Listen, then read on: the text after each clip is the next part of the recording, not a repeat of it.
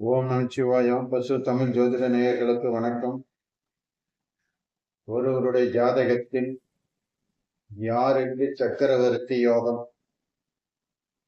இதை பழங்கால பாடல் அடிப்படையில் என்ன கூறப்பட்டிருக்கிறது என்பதை பார்க்கலாம். கொல்லப்பா கோலொன்று சரமாகி நான்கில் நிற்கையில் ஒற்றவனே யோகம் சக்கரவர்த்தி ஆவான். அல்லப்பா அலைபரி சேனை கூட்டம் அணியணியாய் இருக்குமடா அநேகமாக.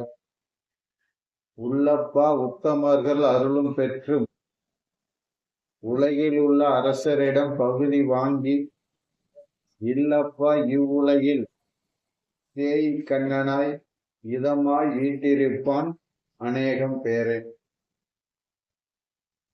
அப்போ ஒருவருடைய ஜாதகத்தில்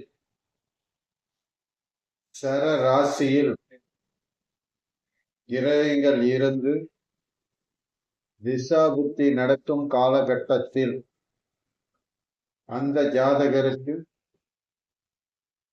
சக்கரவர்த்தி யோகத்தை, செல்வ சீமானாக வாழும் யோகத்தை தன்னுடைய திசா புத்தி காலகட்டத்தில் கண்டிப்பாக அணிவிப்பார்.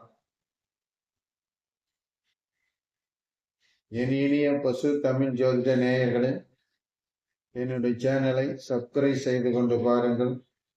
மீண்டும் உங்களை நல்லதொரு பதிவில் சந்திக்கிறேன்.